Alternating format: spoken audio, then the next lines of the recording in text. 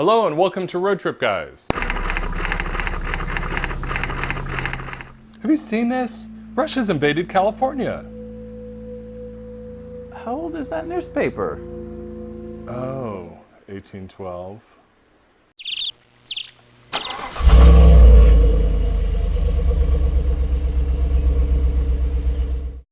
Located on Northern California's rugged north coast, about 70 miles north of San Francisco, you'll find the former Russian fortification of Fort Ross.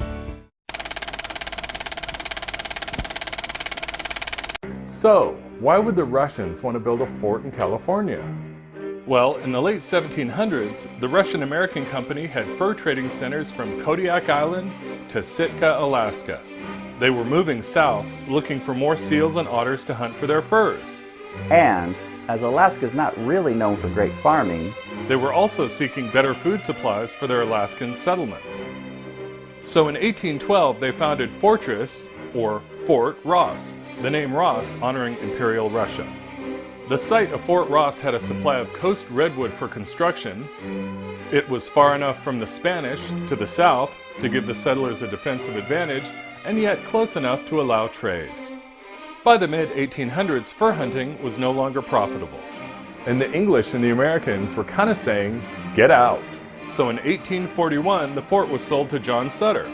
Sutter sent his trusted assistant, John Bidwell, who later went on to found Chico, California, to gather up everything that was useful and transport it to the Sacramento Valley, where Sutter had built his own fort. Imaginatively named Sutter's Fort.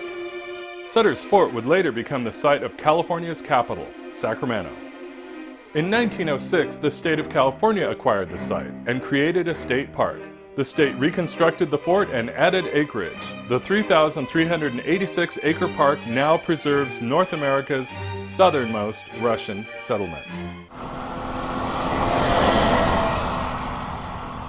Fort Ross is the location for a couple of notable firsts. The first windmill in California was built here, as was the first Orthodox church in the continental United States. When you visit, you gotta ring the bell. The fort includes a visitor center, historic recreations, interpretive exhibits, gardens, and the Russian cemetery.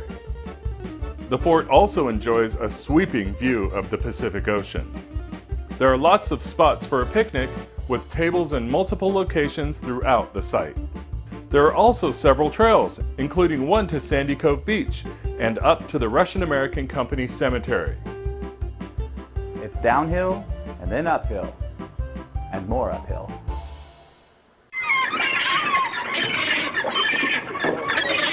About 20 miles south, you'll find the charming fishing village of Bodega Bay, the site of the first Russian buildings in California. It's also a great escape from your hectic life. About 15 miles away, and about 5 miles inland, nestled among the redwoods along the Russian River is the quirky, liberal town of Guerneville. You know, we were driving back from Fort Ross and I was like, oh, that's why it's called the Russian River. Of course, the drive is part of the pleasure. California's Highway 1, running along the rugged north coast, is one of the most amazing drives in the world. Isn't it amazing that there was a Russian fort in California?